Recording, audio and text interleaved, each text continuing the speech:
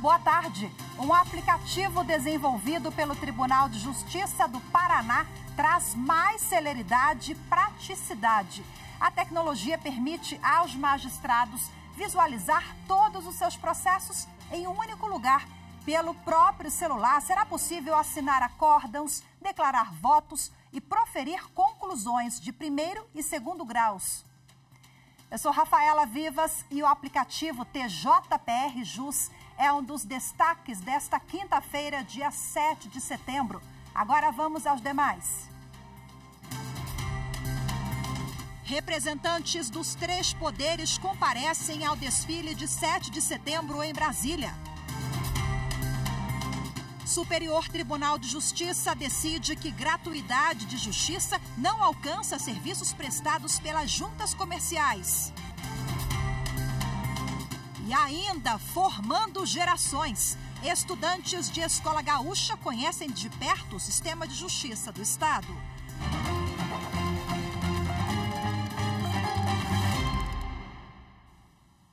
O desfile de 7 de setembro deste ano reuniu cerca de 30 mil pessoas na esplanada dos ministérios aqui em Brasília. A cívico-militar durou quase 2 horas e foi acompanhada por representantes dos 3 poderes. A reportagem é de Amanda Mustafa. Céu de brigadeiro na capital federal para o tradicional desfile cívico-militar na esplanada dos ministérios. O evento marca a comemoração à independência no Brasil e reúne autoridades como ministros, representantes das Forças Armadas e chefes de poderes. A presidente do Supremo Tribunal Federal, ministra Rosa Weber, acompanhou a cerimônia na tribuna de honra, ao lado do presidente Lula e do presidente do Congresso Nacional, Rodrigo Pacheco.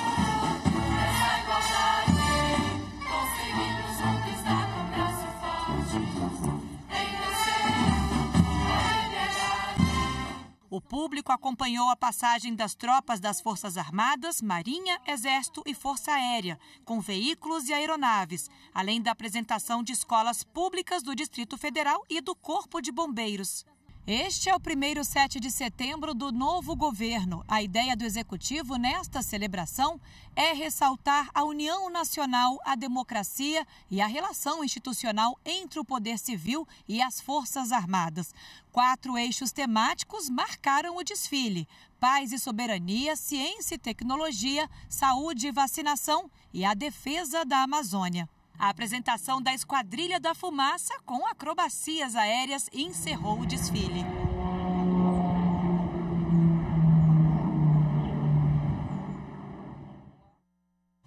O plenário do Supremo Tribunal Federal, por maioria de votos, declarou inconstitucional o prazo estabelecido em lei estadual para a regularização das terras tradicionalmente ocupadas por comunidades na Bahia. A reportagem é de Marta Ferreira.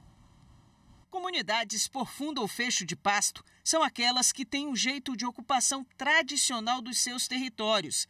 Nas terras não há um único dono e a criação coletiva de animais é feita nas chamadas áreas de fundo de pasto, onde os animais são mantidos em áreas fixas dentro da comunidade. As comunidades por fundo ou fecho de pasto são comuns na região Nordeste, principalmente do sertão baiano.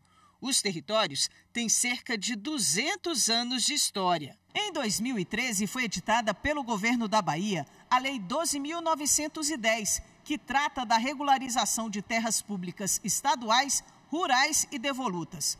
Um dos dispositivos determinou que comunidades remanescentes de quilombos e por fundo ou fecho de pasto teriam até o dia 31 de dezembro de 2018 para se autorreconhecerem e entrarem com pedido de certificação na Secretaria de Promoção da Igualdade Racial do Estado.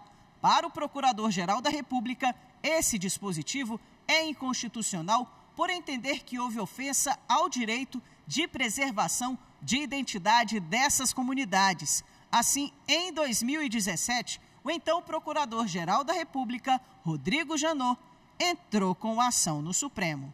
De acordo com a ADI, existem mais de 500 comunidades por fundo e fecho de pasto no estado da Bahia, as quais compreendem cerca de 11.431 famílias, segundo dados oficiais, e 17.758 famílias em 42 municípios, conforme dados da Articulação Estadual de Fundos e Fechos de Pasto. A ação foi levada a julgamento no plenário. O vice-procurador-geral da República, Luiz Augusto Santos Lima, reafirmou o pedido feito na ADI, destacando a importância de preservar os direitos ancestrais dessas comunidades. Ao longo dos anos, essas comunidades têm lutado pela preservação de seus direitos ancestrais, pela garantia de sua identidade, cultura e demais direitos que são rotineiramente violados, seja por ação de particulares interessados nessas terras, especialmente no âmbito de conflitos fundiários, seja por atuação de entes estatais. A relatora da ação é a presidente do STF, ministra Rosa Weber, que aceitou o pedido da PGR e votou pela inconstitucionalidade do dispositivo questionado. O dispositivo impugnado retirou por completo o abrigo protetivo que encontrariam no ordenamento jurídico estadual em termos de proteção da terra que ocupam, necessária à sua reprodução física e cultural. Deixou à mercê do direito civil eventual tutela possessória ou petitória, o que se revela, a meus olhos, absolutamente insuficiente. Assim, por maioria, o Supremo declarou inconstitucional o prazo estabelecido na Lei da Bahia para a regularização das terras tradicionalmente ocupadas por fundo ou fecho de pasto. A terceira turma do Superior Tribunal de Justiça decidiu que gratuidade de justiça não alcança serviços prestados pelas juntas comerciais. Mais informações com a repórter Jéssica Castro. O colegiado entendeu que o benefício da gratuidade da justiça não engloba os emolumentos cobrados pelas juntas comerciais para a emissão de certidões de atos constitutivos das sociedades empresárias.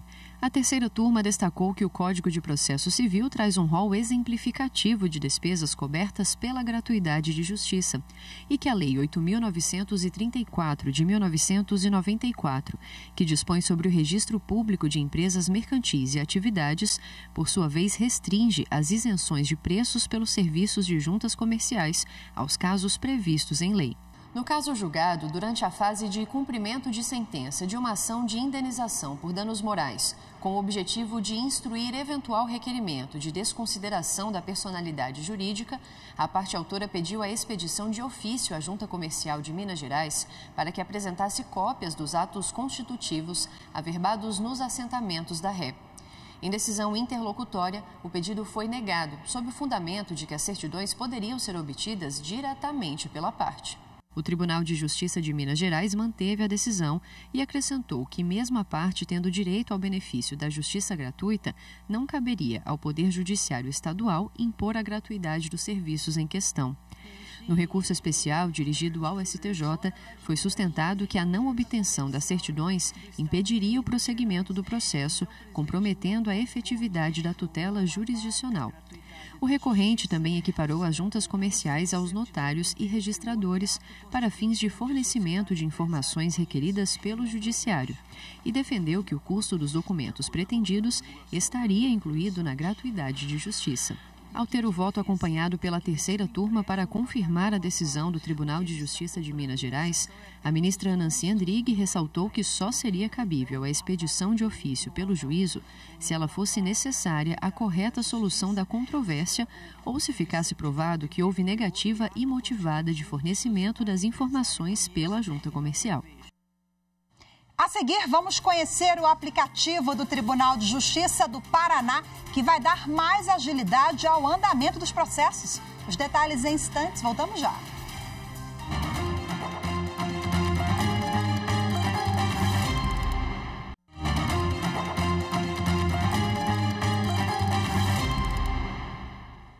O Tribunal de Justiça do Paraná lançou o aplicativo para celular TJPR Jus. A ferramenta voltada aos magistrados vai dar mais agilidade ao andamento dos processos.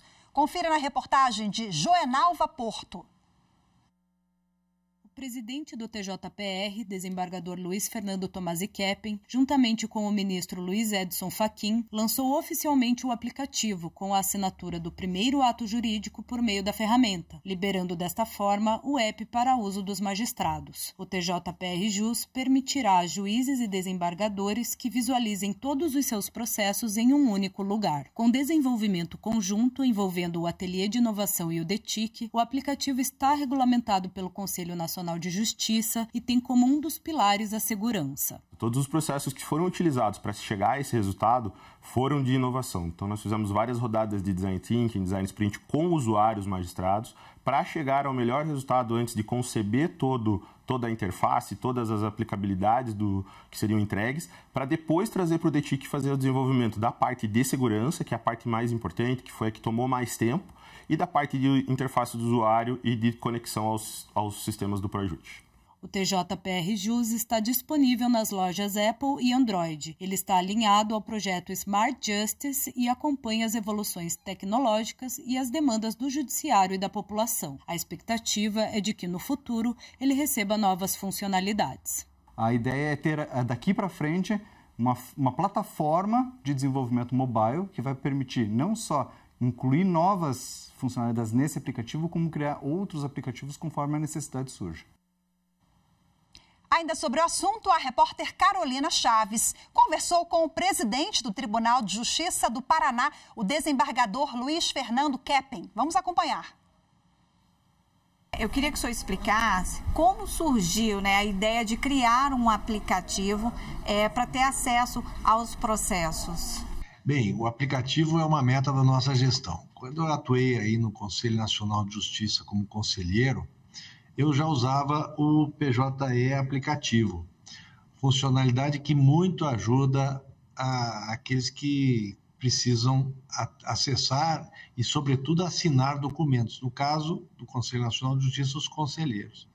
Eleito presidente aqui do Tribunal de Justiça, eu solicitei ao nosso ateliê de inovação do Gabinete da Presidência, ao Departamento de Tecnologia da Informação e Comunicação, nosso DETIC, que desenvolvesse um aplicativo semelhante. E qual não foi a surpresa quando descobri que a tecnologia de acesso por duplo fator foi desenvolvida pelo nosso departamento e cedido ao próprio Conselho Nacional de Justiça para o desenvolvimento do PJE aplicativo. E nós não usávamos essa tecnologia aqui a serviço dos magistrados. Então, foi uma meta que nós acabamos conseguindo por conta dessa experiência positiva que eu tive no Conselho Nacional de Justiça com a utilização do PJE aplicativo. Agora, nós aqui no Paraná demos um nome um pouquinho diferente, TJPR Jus, quer dizer, o nosso aplicativo é um aplicativo focado aqui no Tribunal de Justiça do Paraná. O senhor falou da funcionalidade, que faz a assinatura, que assina o processo por meio do aplicativo. Eu queria que o senhor falasse quais são as outras funcionalidades desse aplicativo. Ele permite a assinatura de documentos como acórdãos, declaração de votos, conclusões, primeiro e segundo grau, mas já estão previstas novas fases que permitirão a assinatura de todos os tipos de documento, como movimentação processual, e o foco será sempre a usabilidade e a eficiência operacional para magistrados e também servidores. No aplicativo estão inseridos todos os processos novos e antigos, até os que não são urgentes, é isso? Ou esse aplicativo dá acesso? Esse aplicativo dá acesso a todos os processos para assinatura. Algumas assinaturas, como por exemplo a assinatura de alvarás, ainda estão sendo desenvolvidas. Quer dizer, esse aplicativo ele foi lançado há menos de um mês e ele está ainda em processo de evolução. Alvarás, por exemplo, não dá para ser usado para, no momento, a assinatura de juízes. Mas assim que houver o desenvolvimento desse aplicativo, daí sim será possível. Agora, doutor, em relação à segurança dos dados no aplicativo, como que foi pensado isso? Qual foi a preocupação do Tribunal de Justiça do Paraná com relação a esse tema? Bem, a segurança da informação é um ponto essencial nessa fase de desenvolvimento do aplicativo. Foi elaborado, ele foi pensado exatamente unindo a autenticação de duplo fator, onde se requer que o usuário entre com a sua senha, Quer dizer, ele entra usuário e senha, mais ainda o token privativo do magistrado, que é o assinador, e ainda a biometria do aparelho do celular. Então, quer dizer, é um sistema bastante seguro, que garante a possibilidade de assinatura e, digamos assim, permite que a gente tenha a proteção aos dados judiciais, que são extremamente sensíveis, não é? E cruciais aí para o bom desenvolvimento desse trabalho. Ora, doutor, apenas os magistrados que têm acesso a esse aplicativo, não, advogados e a população também, as partes, né, que queiram fazer consulta processual, também têm acesso nesse aplicativo? Não. Esse aplicativo é dirigido para magistrados na primeira fase. Nós, em relação à população, nós temos desde 2022 um aplicativo que permite a consulta de processos, a consulta de endereços e contatos nas comarcas e unidades judiciárias. Agora, o TJPR.jus, ele é específico para magistrados como eu disse, nessa primeira fase. E eu tenho certeza que ele, no futuro, nós vamos acabar unindo, eventualmente, quer dizer, se a tecnologia permitir, para que todos os acessos aconteçam eletronicamente, digamos assim, por esse aparelho, quer dizer, dessa forma como nós estamos trabalhando aqui. Ora, doutor, com essa modernização, a fila de processos tende a diminuir? Olha, pelo menos é isso que a gente espera, porque dando mais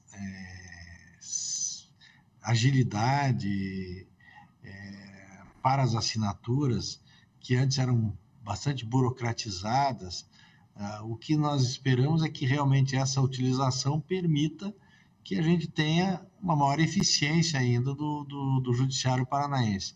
Eu quero só trazer um dado aqui, que é um dado muito importante, significativo, que em menos de 30 dias nós estamos chegando a quase 200 mil assinaturas pelo TJPR.jus, que é o nosso aplicativo de celular para assinatura por magistrados. Que bom, né? Apesar de pouco tempo, já tem aí um resultado bastante positivo, que tem de cada vez mais facilitar o acesso à justiça e uma resposta rápida. Dr. Luiz Fernando Keppen, muito obrigada pela entrevista aqui na TV e na Rádio Justiça. Eu que agradeço. Até uma próxima. A seguir, formando gerações. Estudantes de escola gaúcha conhecem de perto o sistema de justiça do Estado. As informações em instantes, voltamos já.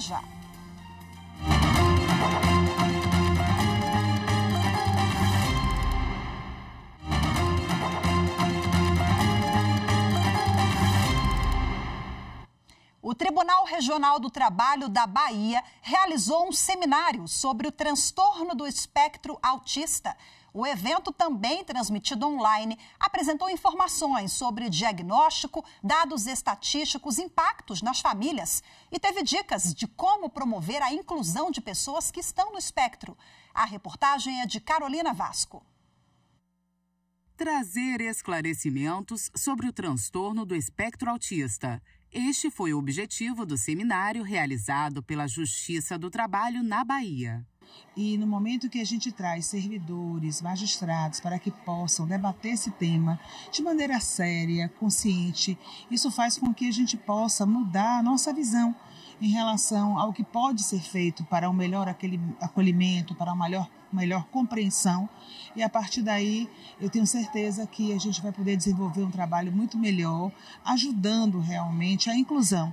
A inclusão dessas pessoas na nossa sociedade. É o mínimo que a gente pode fazer enquanto cidadão, enquanto pessoas que têm sentimentos, até porque é algo que hoje está ganhando realmente espaço a nível de debate e a gente só pode fazer alguma coisa para melhorar se a gente conhece. A juíza do TRT da Bahia, Adriana Manta, mediou o evento, também transmitido online. Que é algo que não é visível. Por vezes nós não sabemos ou não percebemos, a depender inclusive do nível de suporte da pessoa autista, né, que aquela pessoa tem determinadas limitações de sociabilidade, limitações sensoriais, né? Então é preciso saber e entender que algumas deficiências, que algumas condições não são visíveis. Nem sempre poderemos olhar para uma pessoa e detectar essa situação. A Divisão de Sustentabilidade, Acessibilidade e Inclusão do TRT da Bahia organizou o evento, que apresentou informações sobre diagnóstico, estatísticas, impactos nas famílias e também dicas sobre como melhorar a comunicação com pessoas no espectro autista. A visão do autismo muitas vezes é muito romantizada.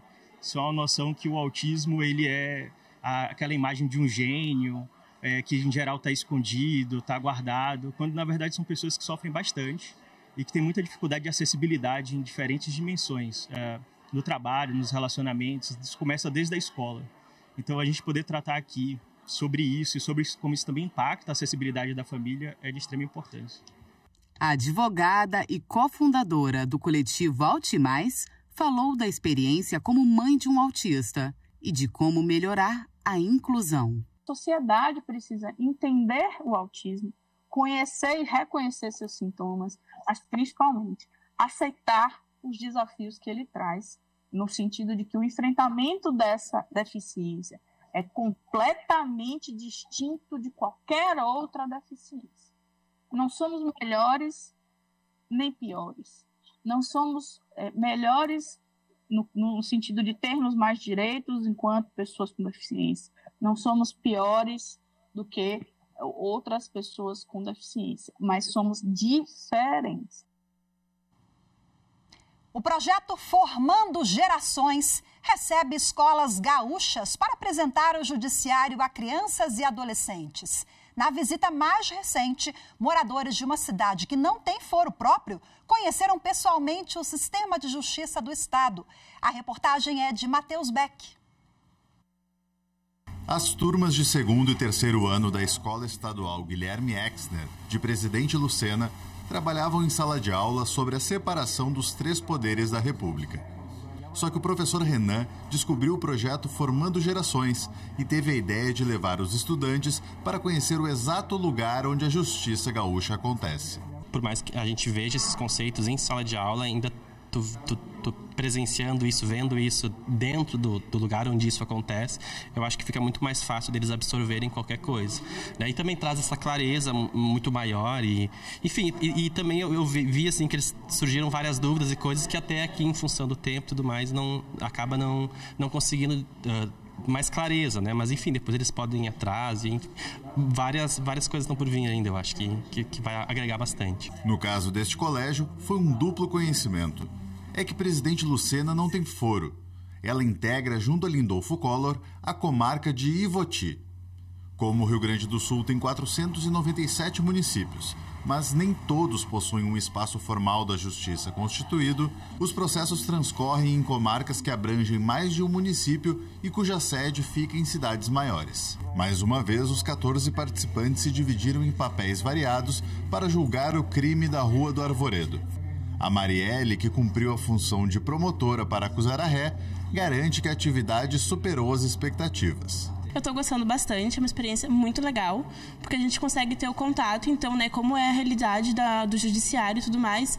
Eu estou bem animada, um pouco nervosa, mas eu estou gostando bastante. Por enquanto, eu tenho altas expectativas, espero que elas sejam ainda superadas. Além da questão didática sobre o funcionamento de um tribunal do júri, o Formando Gerações cumpre uma função cidadã ainda mais importante. A gente pretende dar uma noção de cidadania, de eles se colocarem no lugar do outro, né? Que às vezes é muito fácil julgar, aquele fulano cometeu isso, aquele fulano é assim, assado. Se coloca no papel do outro. Até a questão de julgar, fazer o papel do jurado. Eu costumo falar para eles o seguinte: eu sou jurado de verdade. Quando tem tribunal do júri aqui em Porto Alegre, eu sento com mais 6 lá e a gente decide a sorte do réu. Mas para isso a gente tem que estar convencido. Não é errado achar que ele é culpado, não é errado achar que ele é inocente. A gente só tem que ter coerência e ter bastante certeza, estar tranquilo, convencido de se aquele réu é culpado ou inocente. O resto depois aí flui tranquilo. O programa já atendeu mais de 15 mil estudantes de 243 instituições oriundas de 34 cidades diferentes. Além dos adolescentes, o projeto adapta a linguagem para atender alunos da educação infantil e do ensino fundamental. Quem tiver interesse em agendar uma visita, basta entrar em contato com o Memorial do Judiciário Gaúcho e marcar um horário pelo telefone 3210-7176 ou pelo e-mail memorial@tjrs.jus.br. E com esse projeto potente, muito bacana lá do Sul, formando gerações, hoje a gente termina por aqui. Muito obrigada pela sua companhia. Uma ótima tarde. Até amanhã. Tchau, tchau.